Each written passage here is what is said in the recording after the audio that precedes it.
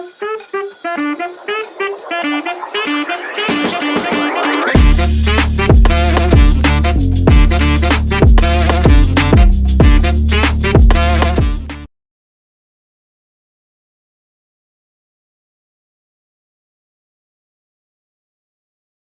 big supply shock in the market. There's huge demand. There's a lot of people. There's basically more people looking for homes and less supply in the market. So, you're giving your perspective in terms of how you look for homes today. What are some of the things that you look for in terms of looking for home? Is it location? Is it around here? Listen, I don't care where is it. I just want to buy where people are going to. Like, what are some of the key areas that you can advise our audience to own a home or to invest today in this market conditions? The market that we're in, I mean, you've touched on a great point around the supply and demand. That equation is currently off, and the kind of person who's looking to buy a home for their family, their criteria is a little different than I think you and I, right? As real estate investors who own properties here in Texas, our criteria of where we look for, what we invest in, what we bought, and where we'll look to buy, in the coming years, those criteria are going to be a little different. When I'm shopping for a home for me and my family, I've got a daughter now. One of the things that's important is environment and school district, right? So people are looking again, where exactly is the best school district possible for me to raise my daughter, right, my sons, future generations. Where's that? Two is what environment is safe, right? Safety is important. As you're trying to look for a home of, where is safe for me and my family, that becomes important. Third, and what used to be really important as a driver was, well, how far, location in terms of reference to your job. Typically, right, you can draw a map between where you work. Most people work and they'll draw maybe a 45-minute circle and say, that's my radius. I do not want to live anywhere that's more than 45 minutes away from my workplace. We do know what we've seen though, right, is with the pandemic, that's been upended. Most people these days are working from home. And even if you're hybrid, you're working 3 to 4 days at home and maybe 1 or 2 days in the office. So if before my radius was 45 minutes, now I might be comfortable doing an hour and a half. So that's a factor. Where now location, you have a wider spread of location of where you're looking at to buy a home, as long as it hits the checklist of school district and safety for your family. On the investment side, though, right? That's a little different, right? From an investor side, I'm looking at what's the demographics, right? What is the demographics? Who are the people who are living here? Is that population growth? You're looking at population growth. You're looking at what kind of jobs are in those spaces, and then who are the people that's being hired. Because that's important, because if you own a property, let's call it, so the three investment classes from a multifamily, you got class A properties, right? That's your top of the line. That's where your white collar professionals, somebody who, brand new properties. These are kind of your premium ask in terms of rent. So these are brand new. They have pools, they have tennis courts, basketballs. These are premium places. But when you have those kind of property, you need to also make sure that they're going to be located in an area where that's you have the right population to meet, right? You have the right population to be able to meet your demand, right? To be able to supply it there. So you need to make sure, hey, it's Amazon, headquarter in Virginia. If you own a brand new Class A property, you might have the right demographics in those spaces who are willing to pay the premium. If you go to B, Class B, which is right, underneath, it's a little older property. We're talking maybe 15 to 30 plus years. It's got some pools and some amenities, but it might not be state of the art, might not be brand new. You're looking at that middle segment, right? You're still looking at the middle class, but am I looking at, okay, are there enough jobs in that area to make sure that my potential tenants are going to have a great job, they're going to have source of income to pay my rent?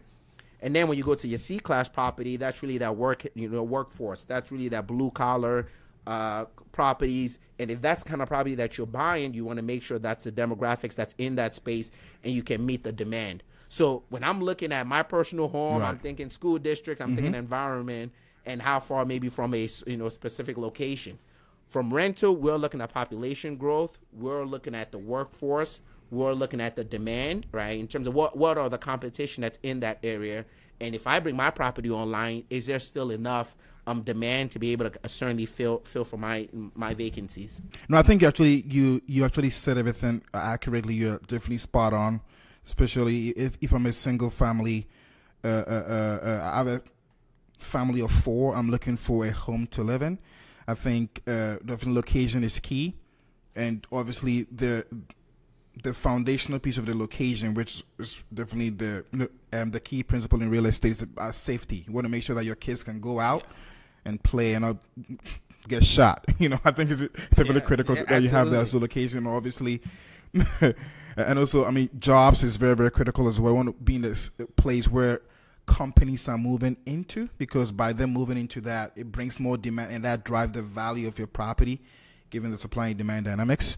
And obviously, also we're talking about there's the environment in total, like the retail shops and the whole environment. It's definitely essential for that. But I think for me, where I like to double click on this around, you have to do your due diligence. And why do I say that? There's been lots of people who have currently been scammed by potential, people who claim that they are, I'm going to make you rich by investing in real estate, or I'm going to help you find a house, and they don't do their due diligence, and they give them a house that, because they didn't get a chance to do a due diligence on the property, the foundation was probably crumbling, or there was some structural components to it, and you end up paying more than you actually bargained for. So due diligence, please, is very, very key. Find you an amazing realtor who's actually going to work for you, not for himself. That's number 2. Make sure you find a realtor that is working for you, that has the fiduciary responsibility of working for you and not for himself, because realtors are salespeople. They're trying to make money. They get paid on a percentage of the sales price. Right. So you have to let them clearly know these are the specifications based on the location, based on the environment, based on the neighborhood, and this is the amount that you can spend. Can you find me something that aligns with my financials? Or else they'll keep upselling across, and then it breaks the budget. That's a critical component, especially in a market where there's going to be potential recession, looming. You want to make sure that you are a fully financially sound to own a home before you actually get into it. So that is a quick, a tip I wanted to add in here. No, that's any comment, any thoughts on that? Especially on the residential side, you've hit a great point of the realtors on the right. The realtors that you decide to work with can make or break kind of your home buying experience. And you're right. If you partner with the right folks who have your best interest in mind, sometimes somebody might be able to educate you, and that's how you know when you have a good partner, or you have a good realtors. Maybe this is not the right time to buy a home for you, right? I understand. We talked a lot about the American dream early on. I understand, maybe you have the human desire, you have the desire to buy a home because we've all been droned and inculcated with the message of buy a home, buy a home, buy a home. But, after somebody reviews maybe your financial situation, your home situation, maybe, and you're in a job market where you're not fully stable, you could have a realtor who advises and say, maybe you need to pause your search, or let us refine your budget, rather than somebody who comes along and thinks, hey, your budget is $500, let me help you find a home that's $600, stretching your budget out, but I'm only worried about your commission. So for a lot of us, we have to get educated. You can't just leave your, especially, the survey shows that people's homes are the largest purchase they ever make in their life. So you can't just afford to leave the largest purchase you'll ever make in your life to somebody else's hand. You have to do your due diligence, stay on top of it, and look to partner with realtors who are verified, who comes well recommended, who you build a great relationship of trust and can really rely on. Yeah, and just one final point I want to ask. Listen, do not keep up with the Joneses. Everybody wants to claim they are, they are an investor. They're on Instagram flashing their cars. Guys, do your due diligence.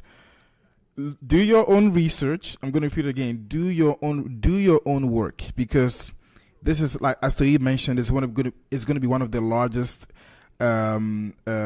investment purchases in your portfolio or in your balance, in your own balance sheet. You want to make sure that if you're going to be making this large purchase, that you do a due diligence. Also, number 2, don't keep up with the Joneses. maybe now's not the time for you to buy a house. It's fine. Rent.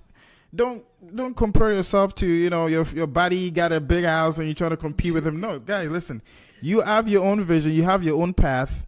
Everybody's going to be successful. Just keep doing what you're doing. Keep working hard. Keep saving. Keep doing the right personal financial management stuff that you need to do. Don't spend more than you earned. Put some money in your savings account or your emergency fund. Get it set up. Make sure that you are controlling your credit card debt. Any debt you have, manage it. Until you can personally manage these things, you don't want to bring on a huge debt burden on yourself and then it crumbles on you. So that's a key component to that. Understanding how to effectively manage your own personal finance is definitely essential to owning a home.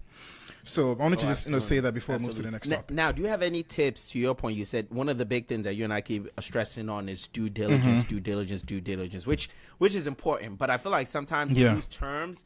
Sometimes you might use a term that is very high level. Let's bring it down to Let's bring it down to the ground here.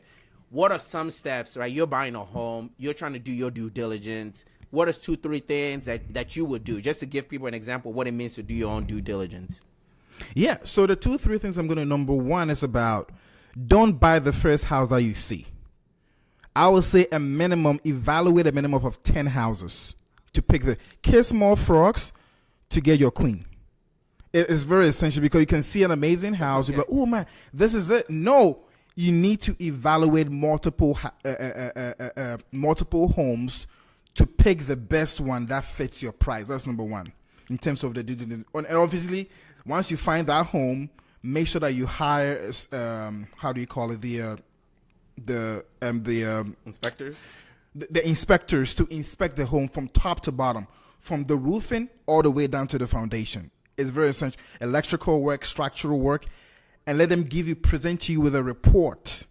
And based on that report, you can either renegotiate the pricing terms based on what you've seen in the report and say, hey, listen, based on what I'm seeing in this report, the roofing is about 30 years old. Like, and the structural problems, like I can't buy it for $500,000. It has to be like at least $300,000 based on what I'm seeing. So you can use that as a way to arm yourself to renegotiate your price. So that's number one. So you kiss more frogs and then hire an inspector to inspect it. Number two is about, I think the key component is about finding who your realtor is. I typically work with people who are experienced. I'm sorry, listen. This is the most important purchase of my lifetime. Right. I don't want anyone who is 3 years in the game, 4 years. No, I want someone who is 20, 30 years in the game with experience and has a track record. And feel free to call their client. Ask them, listen, do you have any customers or do you have any clients that I could talk to learn about how you work with them? Because you want to understand exactly how they work and also their track record.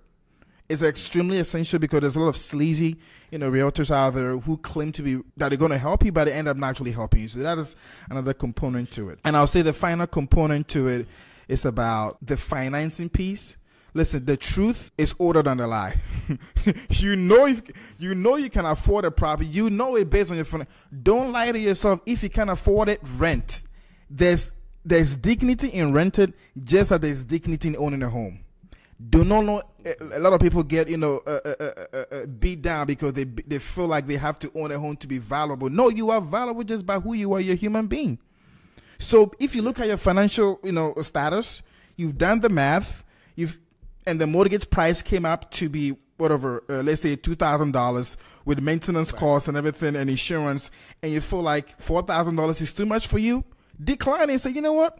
I'm going to work extremely hard to get more money so that way I could be able to purchase a home. That is the key 3 things that you need to. Number 1, kiss more frogs to find your queen and do your due diligence. Number 2, you want to make sure you have an amazing realtor. That will help you make more money at the buy, not at the sale. That is a critical component in real estate. You want to make sure that you are making money when you're buying because the realtor helped you find that property in a great location with great growth prospects. So you know that in 5 to 10 years, if you even don't do anything, you manage the property, you stay in it, you manage it, organically it's going to grow in value. And then you can potentially refinance to do something else, or you can exit and buy your multi-million-dollar home. That is how. And the third thing is about sticking with your financials. Be a stickler.